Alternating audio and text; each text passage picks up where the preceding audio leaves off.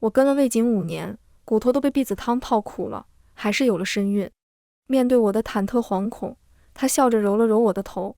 军中艰苦，可要好好养胎。可3个月后，魏锦接到迎娶公主的圣旨，当晚就端给我一碗汤药。云珠，你一向懂事，别让我为难。我不会让他为难，更不想他和公主生了嫌隙。在他说公主大度，允许我留下继续伺候时，跪地行了个礼。公子当年承诺过，若奴婢想走，就给奴婢1壶珍珠，放我离开。现在奴婢想要那壶珠了。大家好，欢迎收看皮皮听书。清早，侯府里就热闹非凡，奴仆丫鬟们对着成箱抬进来的妆奁都看直了眼睛。不愧是金枝玉叶，这天界的排场可让咱们开了眼。放眼整个京城，也就丹阳公主能配得上咱们大公子。嘘，有人使了个眼色，指了指不远处我的卧房。怕什么？说话的人愈发抬高了嗓音。他算什么？跟着大公子好几年，肚子都被避子汤泡坏了，也没见给他名分。不过是个会爬床的，大公子怎会放在心上？我坐在屋里，门窗紧闭，还是能清楚听到外面的议论声。手下意识去摸了摸平坦的小腹，前不久那里还曾有过一个小生命。那时魏锦领兵出征，在塞北救急复发，太夫人连夜派人快马加鞭将我送了过去。我衣不解带地照顾了10余日，他痊愈后又一心扑在军务上，多日不归。我在营中闲来无事，跟着那些做杂物的女子们给将士缝补衣衫。没多久，满军营都在传云珠姑娘的绣工极好，补过的衣服都看不出痕迹。一时间，来找我缝补的军士多不胜数。这晚，我正在灯下做针线，魏锦突然回来了。俊朗的眉眼间全是沉郁，像是在竭力压抑着怒气。他一言不发地扯断我手中的线，将我抱起扔到床榻上，然后栖身而来，用力撕开我的衣衫。自5年前我就跟了他，床子之间本再熟悉不过，可今晚的他没有半点温柔缠绵，更像是折磨与发泄。染了情欲的眼眸亮得吓人，似能将人吞没。我实在忍受不住，流着泪小声哀求，他却更加用力地掐住我的腰，叫得大声点，再大声点。长夜漫漫，似乎永无尽头。最后我哭哑了嗓子，昏了过去。再醒来时，身边已空无一人，全身像散了架，下不了床。晌午，有个女人来送饭，进门就对我笑得一脸揶揄。原来云珠姑娘是魏将军的人，这一整夜的声响，全营都听到了。亏得昨天还有几个不长眼的校尉闹到魏将军那里，都吵着要娶你为妻。从那以后，我再没去做过活计，因为魏锦每晚回来，将我圈在身下，整夜纠缠。虽再不会像那晚一样发了疯，我也实在难以招架。军营里没有避子汤，我有了身孕。大夫诊完脉到喜时，我心口狂跳，慌乱地去看魏锦。他沉着眉眼，想了片刻，芝兰玉树般笑了，摸了摸我的头。军中艰苦，你可要好好养胎。他竟然同意了。我喜出望外，日日盼着这个好不容易来的孩子。可盼了3个月，班师回朝那天，魏锦收到了赐婚的圣旨。当晚，他就端给我一碗汤药，脸色平静漠然。云珠，你一向懂事，别让我为难。我喝了那碗药，疼了一整夜。魏锦却进宫，陪公主挑选大婚的珠钗。一晃又是2个月，我的身子养好了，她也要成婚了。傍晚时分，许久不见的魏锦来了，依旧是那副疏朗出尘的模样，身上染了合欢的香气。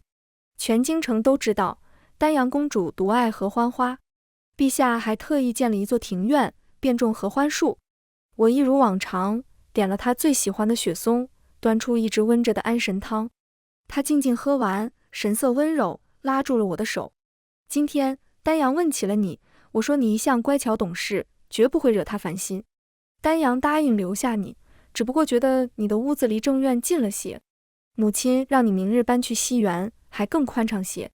西园，那是整个魏府最偏最破旧的地方，曾经关押过犯错的妾室和奴婢。我笑了笑，缓缓跪地。公子，还记得5年前您答应过奴婢什么吗？什么？他眨了眨长睫，面露茫然。5年前，太夫人听闻有人想带公子去风月之地，说公子通了人事，夜里需要疏解的丫头。太夫人挑中了奴婢，可奴婢不愿，被罚跪在雪里。公子见了，将自己的大氅披在奴婢身上。您说，云珠，跟了我吧，我会好好待你。若将来你真的委屈想走了，就给你一壶珍珠，放你离开。现在奴婢想跟公子讨要那壶珠了。我鼓起勇气，一口气说完。可他的脸渐渐沉了，眸光悠悠，深不见底。丹阳已足够大度，不过是让你搬去西园，你闹什么脾气？我垂下头，平静开口。奴婢不敢闹脾气，是真心想求一壶珠，远远离开，不惹公子和丹阳公主烦心。下巴猛地被挑了起来，眼前的人一瞬不瞬地看着我，似是想看穿我是真心还是假意。良久，他扯唇一笑，冷冽又嘲弄。云珠，这些年我实在是太惯着你了，竟让你觉得自己真的配拿走一壶珍珠。5年时光，雪地里那个红着耳尖说好好待我的少年，变成了这样薄凉如丝的男人。我的心口突然有些疼，但又很快平复。奴婢不配，但公子是谦谦君子，一诺千金，答应过奴婢的事，定不会反悔。他微愣，捏着我下巴的手指骤然收紧。我强忍疼痛，咬紧唇，默不作声。最终，他松开手，甩袖出门。那就给你珠子，可你也记住了，出了我魏府的门，就再也别想回来。第二天，魏锦派人送来了一壶珍珠和我的身契。在魏府15年，我并没有多少东西，只简单收拾了一个小包袱。出府时，周遭是形形色色的目光。我就说吧，他果然被扫地出门。便是一条狗养在身边5年，也得有些感情，在大公子心里，他连条狗都比不上。我对这些议论置若罔闻，低着头匆匆往外走。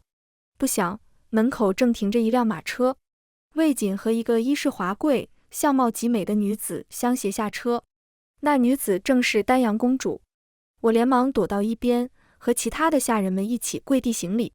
没多久，一双金丝绣鞋停在面前，头顶上方传来一声轻笑：“你就是云珠，不过是让你搬个地方，就闹着要走，不知道的还当是本宫容部的人。”我心中一惊，忙以头触地。奴婢卑贱，实在怕污了公主的眼，才求着离开。呵，丹阳公主冷嗤一声，听魏老夫人说，你卖的是死气。如今开恩放了你，但你绝不能带走魏家的半样东西。说着，她挥了挥手，立马来了几个奴仆，扯下我身上的包袱，用力扔在地上。包袱散开，里面只有几件我日常换洗的衣服和一个装着铜板与碎银子的小钱袋。一时间，所有人都愣住了。我又磕了个头。奴婢能拿到身契，已是天大的福分，又怎能贪得无厌？这是奴婢的旧衣裳和这些年攒下的月银，求公主开恩，让奴婢带走。丹阳公主的脸一阵红一阵白，跺了跺脚，拂袖而去。魏锦看看地上的东西，又看看我，眸光幽深晦涩，最终冷笑了一声，追着公主而去。我长舒了口气，重新收拾好包袱，快步而去。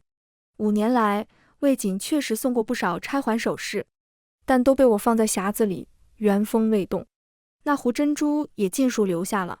当初我不过是借这个由头让魏锦放我走，可我若真的离开，一个孤身女子带着价值连城之物，只会给自己招来无妄之灾。我在京郊租了一间小院，安顿下来，又买了缎子和针线，做起了绣活。这些年，魏锦身上的针线都是我做的，她用的东西再讲究不过，也练就我做了一手好绣活。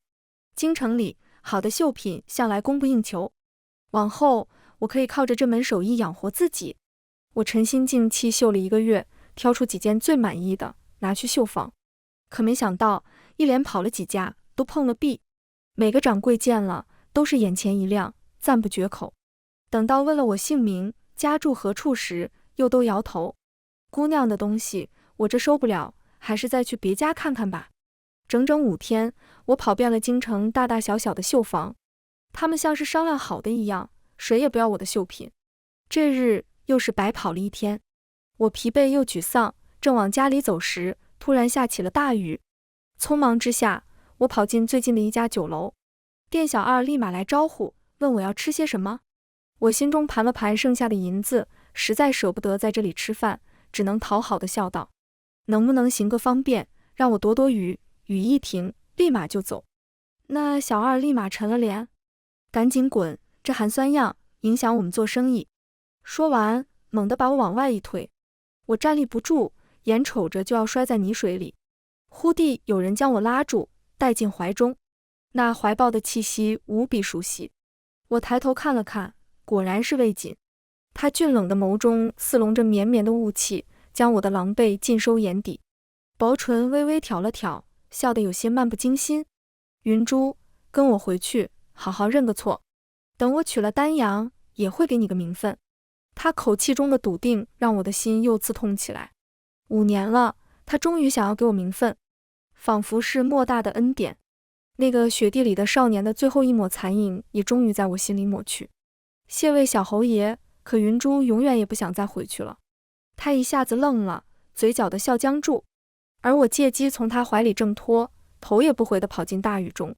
卖不出绣品，我只能另谋生路，每日走街串巷，找一些浆洗缝补的活计。虽然辛苦，也能勉强糊口。这晚，我洗了一整日衣裳，疲惫不堪，正要休息，突然有许多人破门而入，二话不说，抓了我就走。我忙问他们是谁，要带我去哪儿？为首的人冷笑一声，带你去青楼。我惊慌失措，连声说我是良籍，你们这样犯了王法。可他们丝毫不理会，将我绑上了马车。车轮疾驰，没走多久，又猛地停下。车外有人喊，把人交出来。劫持我的人面露诧异，却不肯放我，直接与外面的人打了起来。一阵刀光剑影之后，那些人不敌而去。车门被打开，多谢，我满心欢喜，可还来不及道谢，就被人掐住下巴，往嘴里硬塞进一颗药丸，带走。哪成想，这帮人更阴冷，将我架到马背上，扬长而去。不知跑了多久，他们停在了京郊一个僻静的院子。公公，人带来了，快让咱家看看。随着一个不阴不阳的声音，走出来一人，无须的老脸，又白又胖，三角眼金光闪闪，直勾勾盯着我。还真是个小妖精，今晚咱家有福了。说着，摸向我的脸，手指又软又冷，宛如蛇信子。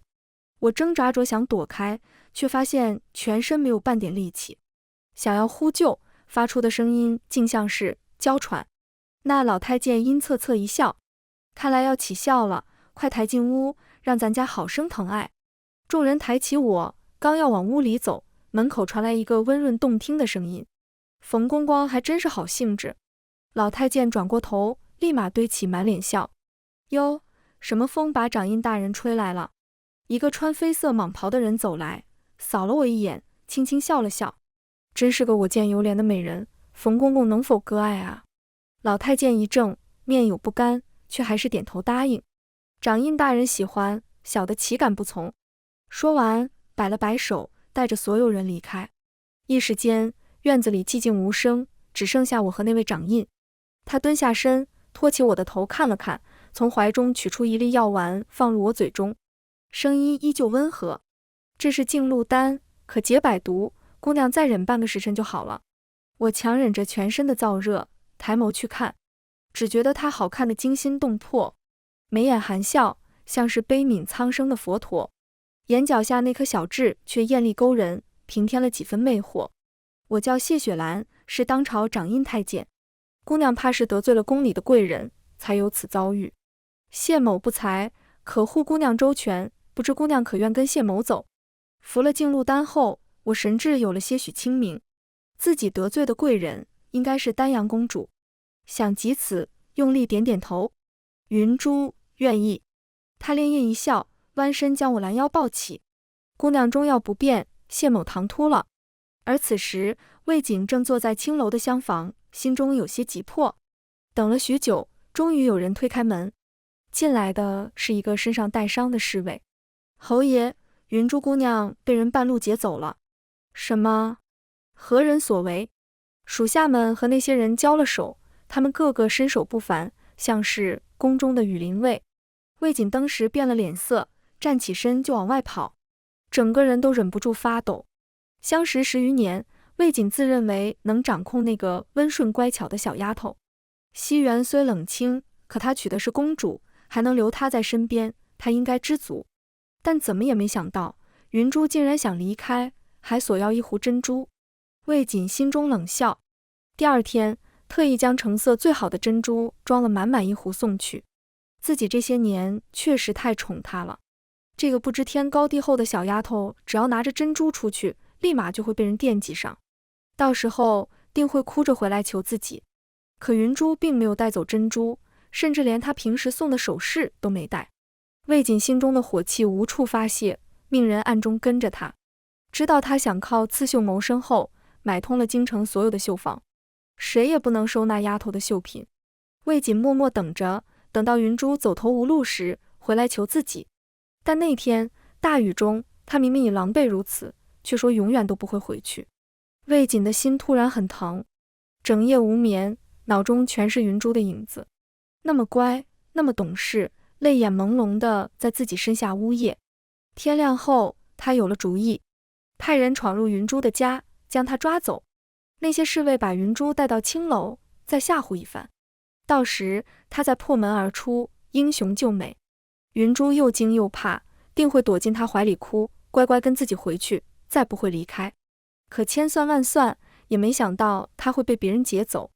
魏瑾疯了一样到处寻找，心中只有一个念头，等找到他，就锁在身边，一辈子别想离开。夜深了，魏瑾还在街上疯找。这时有一匹马缓缓而来，马上的人一袭蟒袍，容色妖媚绝艳，是掌印太监谢雪兰。魏瑾向来不屑于结交这个权宦，只随意瞥了一眼，但只一眼就整个人僵住。马上还有一个娇小的女子，软软的倚在魏瑾怀中，散落的乌发下是一张满是动人春色的小脸。魏瑾对那娇媚再熟悉不过，想也没想就冲了过去。谢雪兰，你对我的云珠做了什么？不如问问你的好未婚妻对云珠姑娘做了什么。谢雪兰再不复刚才的温柔模样，坐在马上，居高临下的看着魏瑾，一如在朝堂之中，眉宇间既冷如雪。说完便径直离开。魏瑾咬咬牙想去追，却被身后赶来的侍卫拦住，还能任由云珠被人抱在怀中远远离开。我被谢雪兰带回府，有侍女带我去洗了澡，换了干净衣服，体内那股燥热难耐才终于退去。我心有余悸，今夜若不是遇到谢雪兰，自己不知要遭受怎样的羞辱折磨。不一会儿，又有人送来宵夜，精米粥搭配几样清淡的小菜。我心中越发感激，拉住送饭的侍女，请问掌印大人在哪？大人正在书房，方才还交代了，若姑娘想见，尽管去找他。我连忙请那侍女领路。到了书房，只见谢雪兰也换了家常衣服，正坐在灯下写着什么，脊背挺直，容色卓绝。此时的她怎么看都像个世家贵公子，而不是权倾朝野的大太监。我走近2步，见他手中的笔蘸的是朱墨，隐约明白这是在替皇帝批折子。这些年，哪怕我在深宅，也多多少少听说过一些他的事。当今圣上常居后宫，痴迷求仙问道，早已不理朝政，而太子年幼，朝中大小事都由谢雪兰把持，当真是一人之下，万人之上。平日里，魏瑾和朋友饮酒聊天，提起这位掌印太监，无不轻蔑至极，说他是个魅惑主上的妖孽。那时的我怎么也不会想到，自己有朝一日竟会与他共处一室。可他谈笑举止宛若春风，又哪有半点媚态？云珠姑娘看了这么久，可是觉得我和别人口中的并不一样。一个带着笑意的声音将我的思绪打断。谢雪兰放下笔，抬头看我，眸中像坠入星河，亮得摄人心魄。我被戳中心事，脸上一红，连忙低下头。掌印大人今日救命之恩，奴婢实在无以为报。我也不过是个在宫里当差的奴才，云珠姑娘往后不必这样自称。她说着，起身向我走来，修长的身影几乎能将我整个人罩住。听说姑娘近来也在四处寻活计，不如就来我这里。这是我的掌印府，人不多，却没个细心可靠的人约束打理。姑娘若不嫌弃，就帮我管管家。我平日都宿在宫里，府中的事并不多，不会让姑娘烦神。这样权倾朝野的人，却如此谦卑客气，几乎让我不知所措。呆愣半天，才讷讷道：“云珠粗笨，恐打理不好大人的家。”他眸光流转，缓缓开口：“姑娘之前在塞北军营，领着那些女子刺绣煮饭，识别草药，所有人各尽其职，井井有条。我这个小小府邸，又如何打理不好？”此言一出，我彻底惊得说不出话来。我在军中陪魏锦那段日子，确实做过这些。军营里的那些女子多是出身娼籍，我教她们这些，原是想着等打完仗，她们能有个谋生之计，不必只靠卖笑为生。可这些连魏锦都不曾注意，她又是如何知道的？看到我惊诧不已，她展颜一笑：“云珠姑娘就当帮帮我，行吗？”在那温和动人的笑意下，我像是受了蛊惑，点了点头。好，云珠留下。我就这么留在了谢雪兰府中。这里确实人和事都很少，而我极其用心的打理，生怕出什么差错，给她添麻烦。平日谢雪兰很忙，偶尔晚上回来还要批折子到深夜。我常备着温补的汤水、清淡的点心、安神的药膳，有时也会坐在一旁核对账目，做做针线。夜色静谧，我和她各忙各的，连话都很少说，却能让我心中生出暖意。自5岁被卖到魏家，一晃15年，每天都过得谨小慎微，如履薄冰。即便如此，还是不知被罚过多少次。都知道庭院中的地砖哪块更平整些，跪上去没那么难熬。在想什么呢？一声低语打断我的思绪。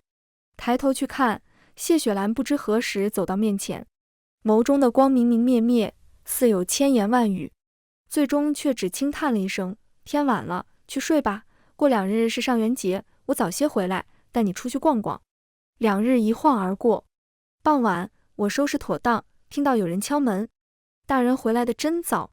我笑着开门，看到外面的人时，却一下愣了。是许久不见的魏锦。他一袭墨色锦袍，头束玉冠，还是那个俊朗出尘的小侯爷。看到我时，晃了晃手里的一只精巧的匣子。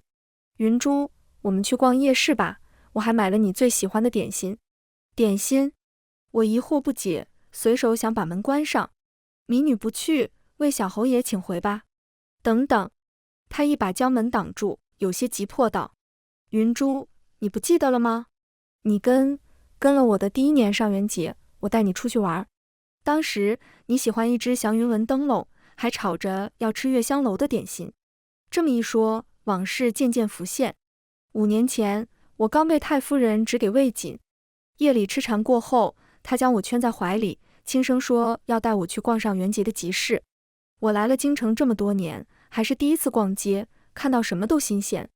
魏锦给我买了一盏祥云纹灯笼，一手提灯，一手拉着我在街上逛。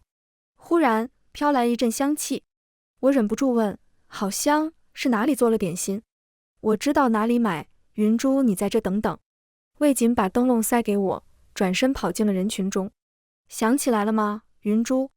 见我发呆，他笑了起来，眨了眨弯翘的长睫。“到现在我都记得你那天笑得有多开心。”我看着他满是怀念与欣喜的笑容，平静开口：“小侯爷那日去买点心，却再没回来。”云珠苦等不见人影，惶恐害怕，跌跌撞撞跑回侯府叫人。后来在酒楼里寻到了，原来小侯爷在买点心的路上被人拉去吃酒。那晚你喝得酩酊大醉，被人送回来。云珠却被太夫人罚跪了一整晚，手掌更被打得鲜血淋漓，肿得像个馒头。什么？魏锦嘴角的笑僵住，眼中有些慌乱。我怎么从来不知道还有这样的事？小侯爷当然不知道，因为第2天你酒醒了，就急着去了江南，为丹阳公主寻一幅字画，再回来已是1个月后了。他正愣住，像是回忆往事，许久才结结巴巴地说：“云珠，你受了这么大的委屈，怎么我回来后也不告诉我？”我漠然地摇了摇头。那日太夫人罚我，就是说我轻狂，以为爬了床便能教唆主子。所以云珠无论受什么罚，也怎敢跟小侯爷说一句？就算说了，小侯爷又真的会在意？5年前的上元节，小侯爷记住的是云珠的笑，可对云珠而言，却是最痛苦不堪的回忆。我平静的一口气说完，又要关门。小侯爷若没别的事，就请回吧。他的眼眶一下子红了，手死死抵住门框，不肯松开。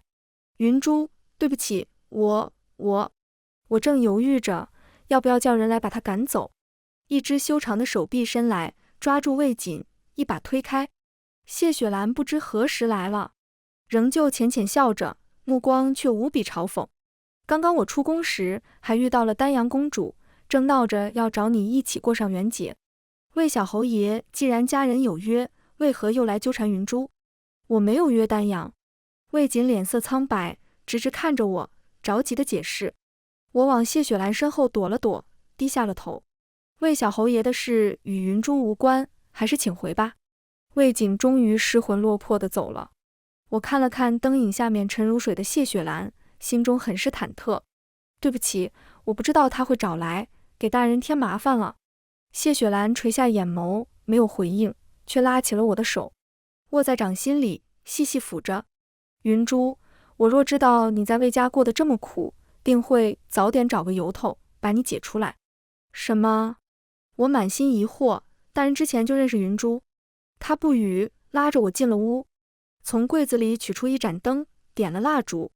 灯上的祥云纹一圈一圈，似波浪般荡漾。我瞪圆了眼睛，盯着那灯，脑中突然有什么一闪而过。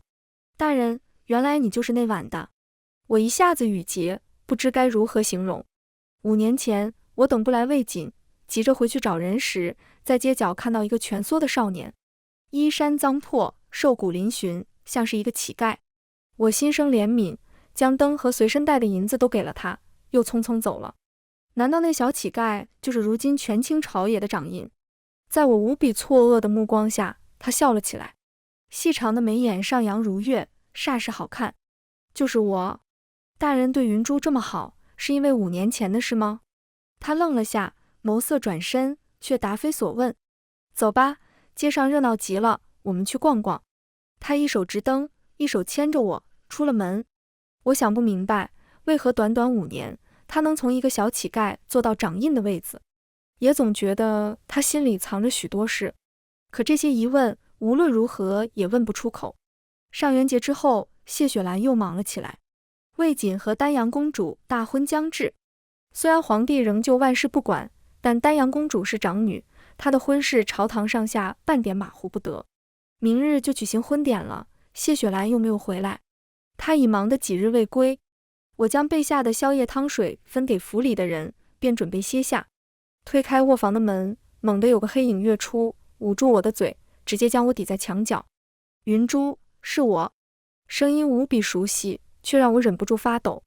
你明日就要成亲了，还来做什么？黑暗中，魏锦将我紧紧拥在怀中，将声音压得极低。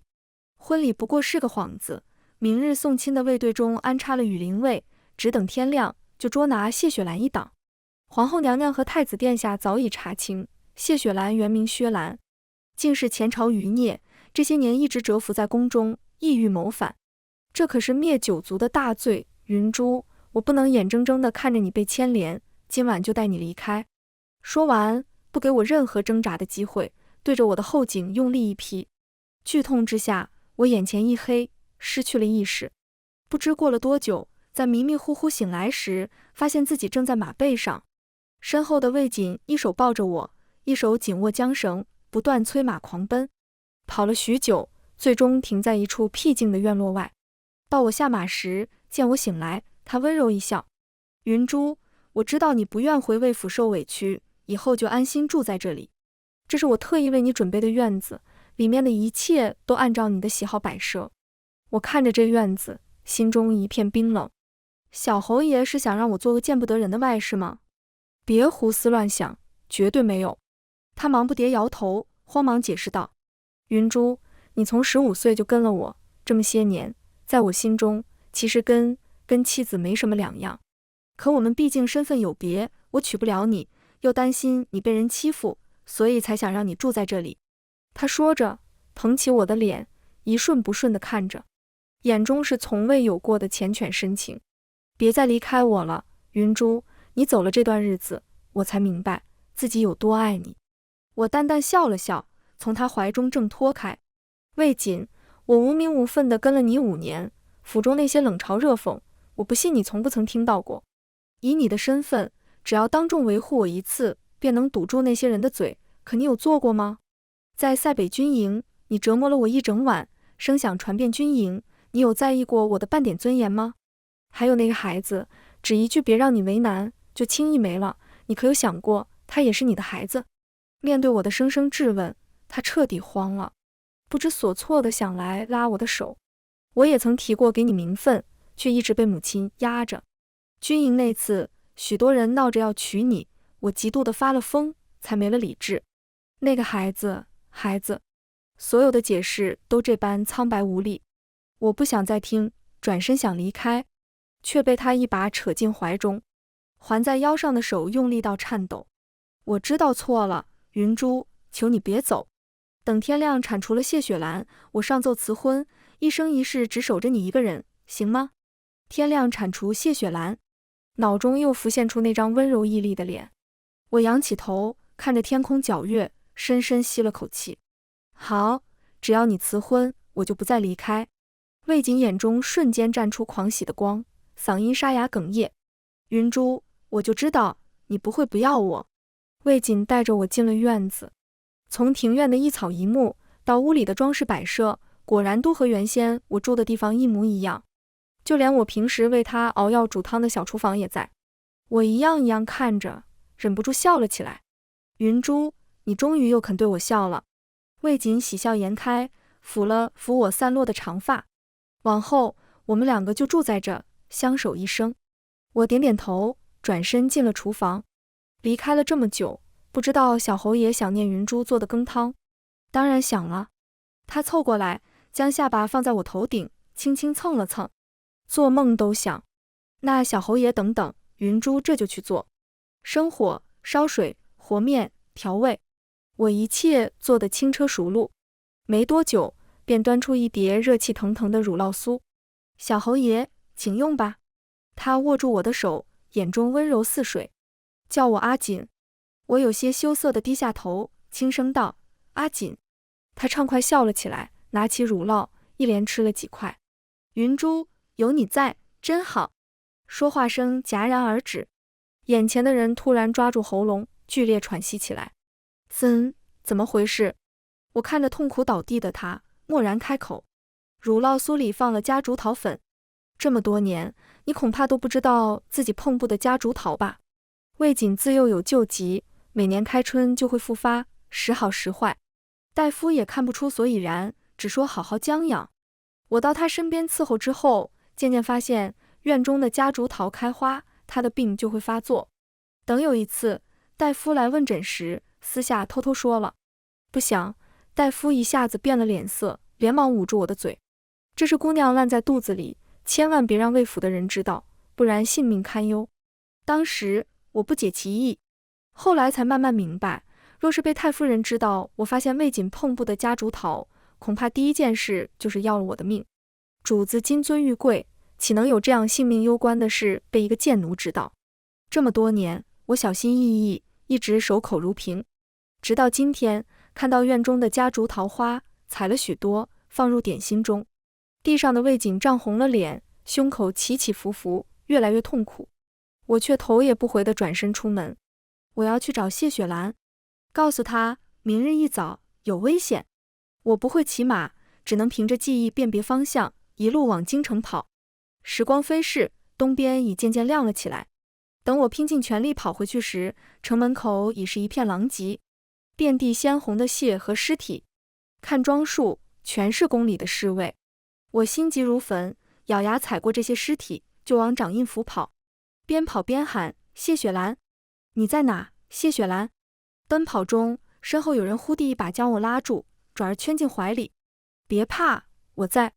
我剧烈一抖，忍了许久的眼泪汹涌而出，抬手用力反抱住他。快走，皇后和太子要害你。我知道，已经都结束了。云珠，从今往后，我就是薛兰了。谢雪兰，薛兰，真是太好了。我长舒了口气，整夜紧绷的弦松开，无尽的疲惫汹涌而来。我软软倒在他怀中，再次陷入黑暗。这一觉睡得天昏地暗，再次醒来时，一切已尘埃落定。皇帝昏聩，一味寻求长生不老，不但大兴土木，修建仙宫，求仙台，还耗资无数，派人去海外寻仙。朝堂民间早已怨声载道。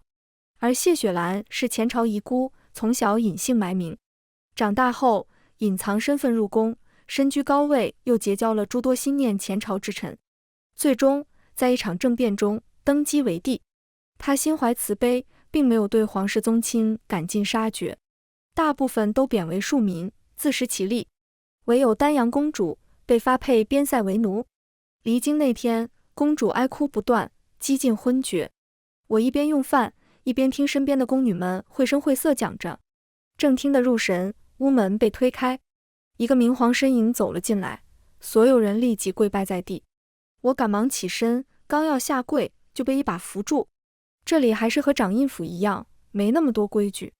我愣愣地看着眼前的人，如画的眉眼，温柔的浅笑，还是那个熟悉的谢雪兰。可身上的龙袍与头上的冠冕，又彰显着一切都不同了。我低下了头，小声说：“陛下九五之尊，礼节不可废。”他脸上泛起哀伤，落寞一笑：“云珠，你能不能留在宫里，还像从前那样替我管这个家？还像从前那样？可这里是皇宫，他是全天下最尊贵之人，将来还会有3宫6院，妃嫔无数，自己何德何能，还能为他掌管这后宫？”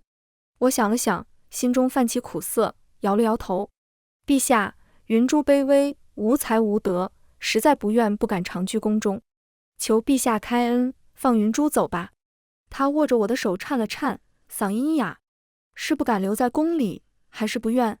我微怔，鼓足勇气，一字一顿道：“不敢，亦不愿。”一时间，屋中寂静无声。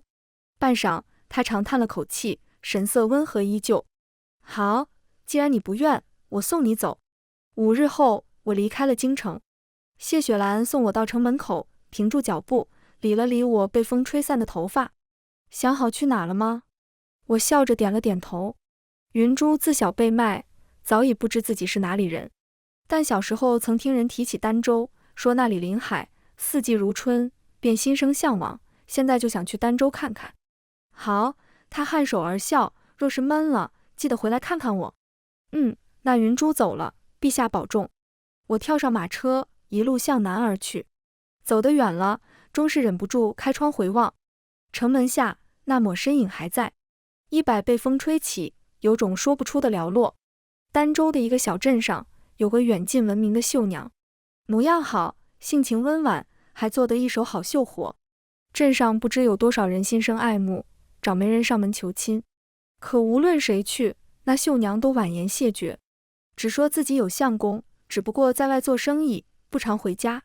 最开始，镇上的人都信以为真，可一晃2年，也不见他相公回来，那些人便又动了心思。这天，临街的秀才带着自己的家当和诗文又找上门，可到了门口，就看到有人等在那里。秀才好奇，上前打量，只看了一眼，就整个人呆住。整个儋州都找不出这么好看的男人了，那满身的风华气度，直叫人自惭形秽。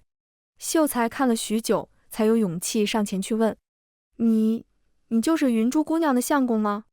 那人微愣，随即灿然一笑：“是。”果不其然，秀才点点头，转身离开。心想，云珠的相公这般品貌，难怪镇上提亲的人谁也看不上。走了一会儿，远远看到一个纤细的身影，手里拿着花样子，正是云珠。秀才赶紧挥了挥手，大声说：“云珠姑娘，我刚刚看到你相公了。”可云珠面露茫然：“什么相公？就等在你家门口，快回去看看吧。”云珠听了，忙不迭往家跑。秀才想了想，终是忍不住好奇，跟着过去。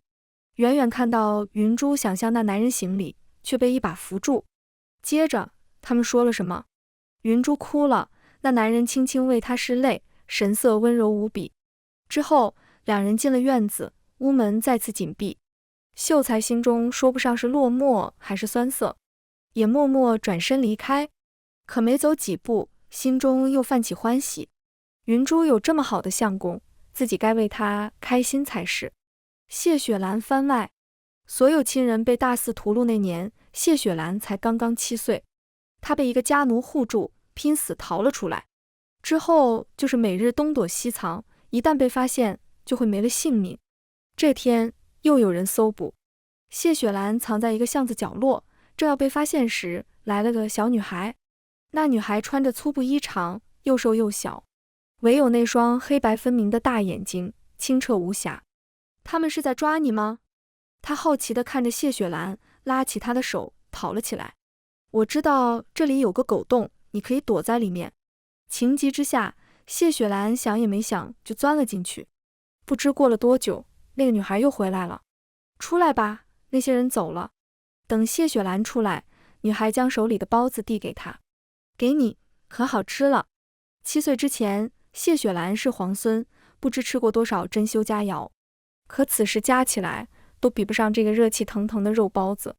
看她狼吞虎咽地吃完，女孩笑了起来。我还有活要做，先走了。等等。谢雪兰连忙开口，谢谢，你叫什么？我可以去哪找你？我叫云珠，是前不久刚卖到魏侯爷家中的奴婢。谢雪兰记住这个名字，也记住这女孩的笑。没多久，一个仍旧效忠前朝的大臣找到了她，将她接回家，改名换姓。生活终于稳定，谢雪兰一年年长大。这一年，一个曾经受过她父王恩惠的老太监找到了她。那老太监如今已做到了掌印，权势极大。他愿意安排谢雪兰假扮太监入宫，扶持她做下一任掌印，顺便在宫中一点点培植势力。等到大权在握那天，便可伺机复仇。谢雪兰答应了，进了宫。一晃又是数年。这天是他父母的忌日，他寻了个由头出宫，却不想碰到了太子。太子刚因为读书被皇后斥责，憋了一肚子火，见到谢雪兰，二话不说就是一顿鞭打。谢雪兰咬牙忍着，一声不吭。好不容易太子消气离开，他怕错过时辰，连伤口都顾不得处理，就出了宫。等祭拜完父母，在回去的路上，全身疼得厉害，发起了烧。他找了个角落坐下，想歇一歇。这时传来一阵轻快的脚步声，一个提着灯笼的女孩停在了他面前，只一眼，他便认出了她，魏侯府的奴婢云珠。多年不见，她出落得越发好看，眼睛清澈如初。他担忧地看了看，将灯笼和身上的银子都塞给了她，又匆匆离去。从那天起，那个身影就留在了谢雪兰心里，再也回不去。可她身份特殊，又担着国仇家恨，只能偷偷注意着她，从不敢表露分毫。直到那年，她离京办差，回来后第一件事就是打探云珠的消息，听到的却是她离开了魏府。可还来不及高兴，属下又说云珠被皇后宫里的太监抓走了。她瞬间红了眼睛，朝服都没换就四处寻找。终于她及时找到了她，将她抱在怀里。此生此世，自己来好好照顾她。谢雪兰一边护着云珠，一边伺机复仇。政变的前1日，她放任魏锦带走了云珠。她想，若自己赢了，再把她接回来；若输了，也终归不会牵连到她。可万没想到，那个傻姑娘竟然跑了一整夜回来了，只为告诉她有危险。